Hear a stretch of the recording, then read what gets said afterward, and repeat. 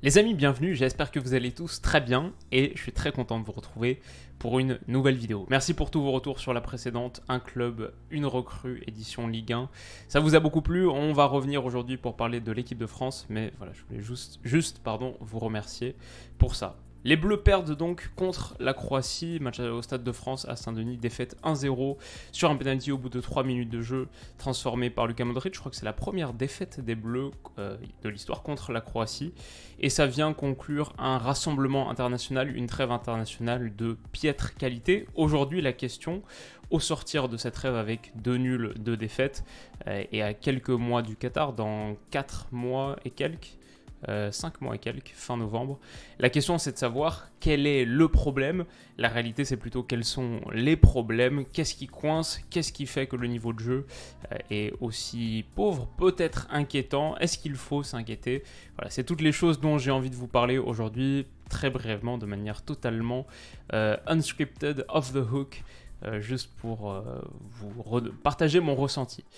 Peut-être la note liminaire qu'il faut faire, c'est qu'il y a certains paramètres qui, on va dire, doivent nuancer la vision qu'on a des choses, doivent nous permettre de ne pas être trop inquiets non plus. Première chose, c'est qu'en face, il y avait une bonne Croatie. On va sans doute pas beaucoup en parler, mais l'adversaire était bon, sa qualité technique dans l'entrejeu, sa capacité à trouver la profondeur, la défense de sa surface. J'ai trouvé une bonne équipe. Deuxième chose, c'est que l'arbitrage a été un peu l'inverse. Alors très mauvais, bon ce serait se trouver une excuse et surtout que la décision majeure, celle de donner le penalty, je pense est plutôt correcte. C'est vrai que Konaté marche sur le talon du joueur croate, mais dans l'ensemble très mauvaise tenue de match, pas mal de décisions contestables. Je pense notamment au rush de Mbappé en première. Bref, c'est vraiment pas un facteur important, mais voilà, c'est aussi une des petites histoires de ce match et surtout. Bon, c'est un match de mi-juin, c'est le dernier match avant les vacances, puisque là, tous les joueurs qui étaient présents sur la pelouse hier vont partir en vacances. Donc, non seulement le niveau de motivation, on peut l'imaginer, est pas des plus hauts, mais j'imagine qu'il y a aussi l'idée de ne pas se blesser avant ce qui est aussi une période importante. Bon, déjà, tu as envie de profiter de tes vacances avec tes deux jambes, mais tu as aussi envie, potentiellement, il peut exister l'envie pour certains de ne pas rater son transfert. On sait qu'un club se positionne tout de suite avec beaucoup plus de réticence ou avec des conditions moins avantageuses sur un joueur qui est blessé. Ce serait dommage de faire capoter ton opération, même s'il n'y a pas tant de joueurs de l'équipe de France présents sur la pelouse hier soir qui sont concernés par un départ. Bon, voilà en gros ce que je voulais dire, mais force est de constater que le contenu hier, comme depuis une quinzaine de jours, le contenu était assez mauvais. Qu'est-ce qui doit nous inquiéter ? Je me suis noté quelques chantiers à corriger d'ici novembre. Le premier problème pour moi, c'est vraiment celui de la créativité au milieu de terrain. Entre pauvreté technique et absence de prise de risque, j'ai trouvé cette équipe de France vraiment très défaillante dans l'entrejeu. J'ai signalé à la mi-temps le grand manquant de ce rassemblement international. J'ai pas envie de dire le grand gagnant parce qu'on connaît tous sa qualité, mais celui qui s'est montré sans se montrer comme indispensable d'ici novembre-décembre, c'est bien sûr Paul Pogba qui a un profil unique dans l'entrejeu, qui est un joueur extrêmement créatif et l'équipe de France a tellement manqué de créativité dans cette zone. C'était un petit peu mieux ce soir-là avec l'entrée d'Aurélien Tchouaméni en seconde qui a tenté quelques passes masquées, une frappe extérieure de la surface, mais voilà, un petit peu plus de création dans la verticalité. Ça restait pas au niveau de ce qu'un bon Paul Pogba peut amener, mais c'était un petit peu mieux que ce que j'avais vu Tchouaméni faire, notamment sur le premier match contre le Danemark. Et même sur le second, je crois qu'on l'a vu un petit peu, j'en avais parlé dans mes analyses. J'adore le joueur, pas forcément convaincu qu'il a ce qu'il faut là à l'instant T pour prendre la place d'un, on l'espère, bon Paul Pogba en novembre-décembre au Qatar. Ça, ce serait vraiment l'idéal. En tout cas, l'EDF serait assez mal sans le retour de Pogba. C'est un des challenges, un des défis que j'identifie comme absolument majeur pour performer d'ici quelques mois. Donc voilà sur la question de la créativité au milieu de terrain. J'ai trouvé que dans ces registres, Bouba Kamara, Matteo Guendouzi, voilà, ont pas forcément marqué beaucoup de points dans la perspective d'aller au Qatar, entre autres. Personne vraiment dans cette zone. Adrien Rabiot, même s'il était un petit peu plus haut ou sur le côté. Bon, il faut plus pour réussir à nourrir ton trio ou ton duo de devant. surtout face à des équipes qui vont être contre l'équipe de France, on le sait, assez compact, regroupé, pas forcément en mode bloc bas, mais même un bloc médian un peu agressif comme celui de la Croatie. Voilà, ça va être difficile sans des joueurs qui ont cette capacité à casser des lignes. Donc la créativité au milieu de terrain, je pense que c'est vraiment le problème central qu'on a vu sur ce rassemblement international. C'est celui autour duquel beaucoup d'autres s'articulent. Le deuxième que j'ai envie de souligner, c'est le système. On ressort de ces 2 semaines sans avoir beaucoup plus d'indications sur le meilleur système pour ces Bleus. On a testé du 3-4-1-2, du 4-2-3-1 de reprise, 4-4-2 hier, 4-3-3 sur certaines séquences. Même en cours de match, ça a pas mal changé avec des retours à une défense à 3, notamment, il me semble, sur le second match contre la Croatie. Donc voilà, on ressort sans beaucoup plus d'indications. Et si tu as un entrejeu très performant, équilibré, à la fois bon sans ballon, mais aussi créatif avec, tu te poses beaucoup moins de questions sur ton système. Ça peut former la base de ton choix de système. Ça peut l'être, il peut y avoir d'autres éléments aussi, par exemple comment associer ton trio de devant, ça c'est peut-être un des problèmes qu'on a vu. J'ai pas trop envie d'insister là-dessus parce qu'on connaît la qualité de Karim Benzema, on connaît la qualité de Kylian Mbappé, leur capacité à se trouver dans des petits périmètres, des petits espaces. C'était une des rares choses qui avait même bien fonctionné contre le Danemark, mais on aurait voulu en voir plus. Certains vont dire qu'ils auraient dû nous montrer plus.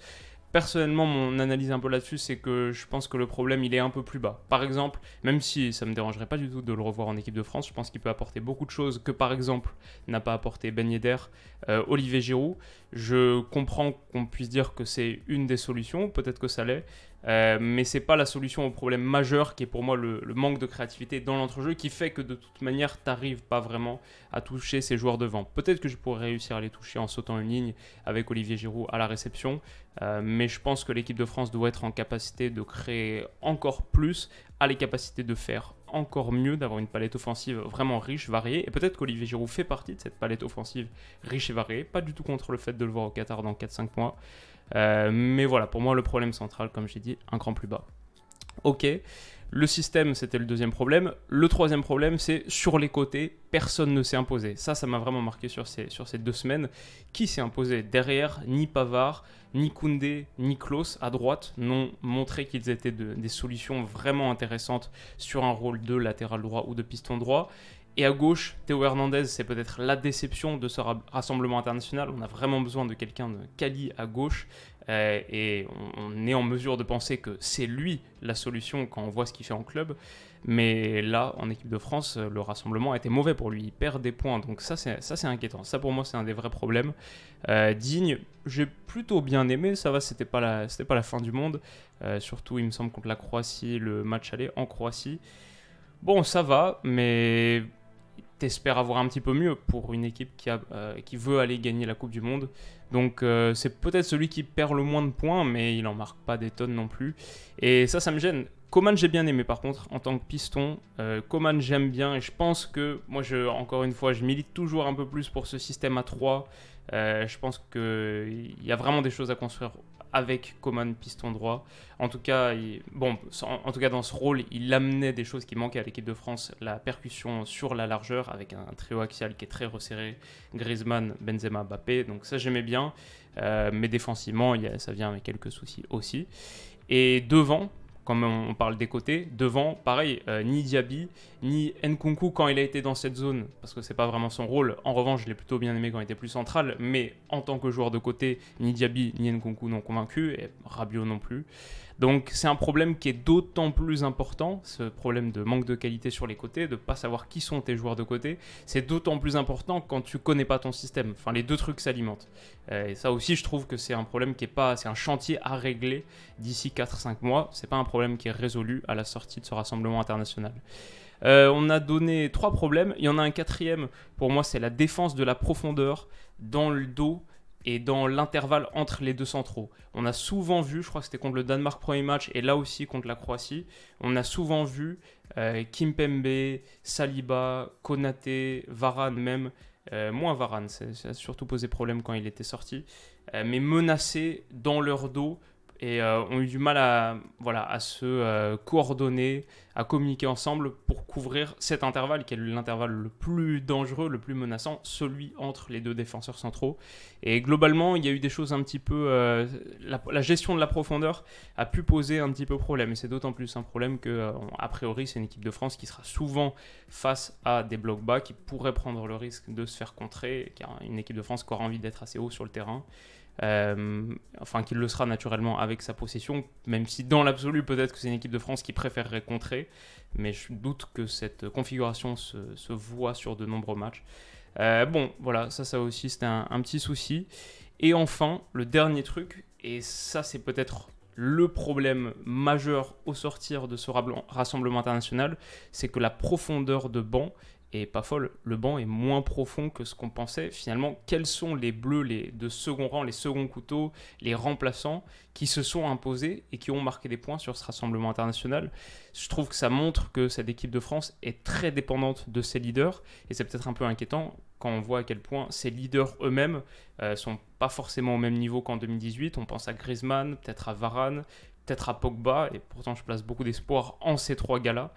Mais voilà, l'équipe de France très très dépendante de ses titulaires, et derrière on a du mal à voir quel remplaçant pourrait avoir de l'impact, pourrait bousculer la hiérarchie, mais même avoir de l'impact en cours de match. Bon, peut-être Nkunku, peut-être quelques autres, peut-être Tchouaméni, j'espère. Mais bon, on sort pas avec l'idée qu'on a vraiment un 11 plus 5 ou 6 options en sortie de banc qui peuvent être vitales, donc cette équipe de France moins profonde que ce qu'on pensait. Pour moi, c'est un petit souci. Ok, un peu d'optimisme pour finir. Je pense quand même qu'il y a des raisons de se dire que c'est pas si grave que ça. Déjà, les matchs de préparation, ça vaut ce que ça vaut. Encore plus les matchs de préparation en juin pour boucler une saison. Ces matchs de préparation, personne n'en avait besoin. Personne n'avait vraiment envie de les jouer. Personne n'avait vraiment l'énergie pour les jouer. Donc, bon, déjà ça doit quand même guider une bonne partie de notre réflexion. On verra peut-être sur les matchs 5 et 6 de Ligue des Nations d'ici quelques temps. Mais écoute, même en 2018, quand l'équipe de France va au bout, remporte le mondial, les matchs de préparation en eux-mêmes n'étaient pas fous. Il y avait eu beaucoup de tests. Didier Deschamps avait trouvé son 4-2-3-1 que le jour de l'ouverture de la Coupe du Monde. Il avait fait tous ses matchs de préparation en 4-3-3, on part en Russie, juste avant on fait un partout contre les États-Unis. Donc voilà, est-ce que ça ne doit pas permettre aussi de nuancer l'importance de ces matchs de préparation? Ok, ensuite sur les joueurs, je pense qu'on a vu une équipe de France sans Pogba, et ça c'est quand même crucial. J'espère vraiment qu'on aura un Pogba calibre 2018, calibre Euro 2021, qui marchait sur l'eau, qui avait une capacité créative hors norme. Il faut vraiment, vraiment que ça se passe bien. Je crois qu'il va aller à la Juve là. Donc s'il peut faire 3-4 très bons mois titulaire à la Juve, faire grimper le bagage physique, arriver dans la forme de sa vie, ça change pour moi totalement la dynamique de l'équipe de France et totalement ses perspectives de succès. Je ne peux pas souligner à quel point l'état de forme de Pogba, c'est la clé d'une équipe de France performante dans 5 mois. Ok, ça... J'ai envie d'être optimiste sur ce sujet, donc je le place sur mes petites notes optimistes pour conclure. Je dirais un peu la même chose dans une moindre mesure pour Varane et Griezmann. C'est des gars qui ne sont pas hyper performants en ce moment en club, mais que je m'attends à voir meilleurs et que je m'attends à voir prendre le leadership de cette équipe de France d'ici quelques mois. Une équipe de France championne du monde en titre, grâce notamment à ces deux gars. Je pense que mentalement, ce sera une toute autre dynamique et voilà, peut-être je suis un peu trop optimiste. Mais je me dis que ces gars-là qu'on a très peu vus sur le rassemblement international, Varane parce qu'il s'est blessé, Griezmann parce qu'il n'était pas bon et à court de souffle, je me dis que ce sera différent dans 4-5 mois. Et puis il y en a d'autres que je trouve intrinsèquement forts, très forts, qui vont le devenir encore plus et qui vont prendre encore plus d'importance au sein de cette équipe de France, qui je l'espère dans 5 mois seront en train de challenger pour un poste de titulaire et en tout cas des impact sub importants. Je pense à Tchouaméni et je pense à Nkunku. Là, c'est vrai que ce rassemblement international, pour moi, est relativement positif quand on regarde leur contribution. Pas forcément en tant que titulaire, mais en tant que joueurs qui peuvent amener quelque chose. Donc ça, c'est cool. Et peut-être Mike Maignan aussi. Lloris, on n'a pas trop eu l'opportunité d'en parler parce qu'il a été assez peu sollicité. Mais le fait de voir un plutôt bon Mike Maignan, et quand on connaît sa qualité, pour moi, il s'ancre dans ce groupe Tchouaméni, Nkunku, Maignan, un peu le futur de l'équipe de France. Ok. Maintenant, une question pour finir, et ça on aura l'opportunité de la construire beaucoup mieux sur les prochains mois, notamment dans le cadre de notre série de présentation des équipes de Coupe du Monde, auquel il faut encore que je trouve un titre, mais qui va voir le jour. C'est quel joueur est-ce qu'on pourrait appeler, qu'on pourrait tester pour peut-être revoir un petit peu la composition du groupe, se donner plus d'options. Il y a plein de noms, mais quand on voit le trou qu'il y a eu, le problème de créativité de cette équipe de France sur les zones avancées, un peu en retrait de ça, un Nabil Fekir par exemple qui a fait une bonne saison, on pourrait peut-être tester, voir s'il y a quelque chose à trouver là. Peut-être Ousmane Dembélé, j'en suis moins sûr. Enfin, l'inconstance, c'est quand même la constance de sa carrière. Les soucis de blessure aussi. Donc bon, dur de miser trop là-dessus, mais il nous manque des joueurs de côté percutants. Donc ça mérite d'être vu. Peut-être Giroud, comme on l'a évoqué. Et ensuite, là où je place peut-être le plus d'espoir pour régler la question des joueurs de côté, notamment sur le front défensif, c'est Ferland Mendy à gauche et Pierre Kalulu à droite. Peut-être qu'il y a d'autres noms, mais ces deux-là, j'aimerais les voir notamment au prochain rassemblement. Et Kamavinga dans notre jeu, peut-être, même si je pense que idéalement, moi j'aimerais bien voir en tant que titulaire Kanté, Pogba, et miser là-dessus, miser sur leur forme, j'espère. Mais pourquoi pas, Kamavinga aussi il a sans doute une carte à jouer. Donc dommage de s'être pas donné un petit peu plus de temps avec eux sur ce rassemblement, où au final on ressort avec pas beaucoup de réponses et très peu de questions. Mais ça peut être une des pistes à creuser pour la suite. Merci à vous d'avoir regardé cette vidéo, c'était juste un petit billet d'humeur réaction à ce match. Dites-moi ce que vous en pensez, comment vous voyez la suite pour l'équipe de France. Si celle-ci vous a plu, n'hésitez pas à mettre un pouce bleu. Si vous voulez pas rater ma dernière vidéo très très construite, plein d'images, plein de trucs, 43 minutes sur la Ligue 1, un club, une recrue, je vous la conseille. Je vous mettrai le lien en description. Merci à vous et on se retrouve très très vite pour la prochaine. Prenez soin de vous et de vos proches et à très vite. Bisous.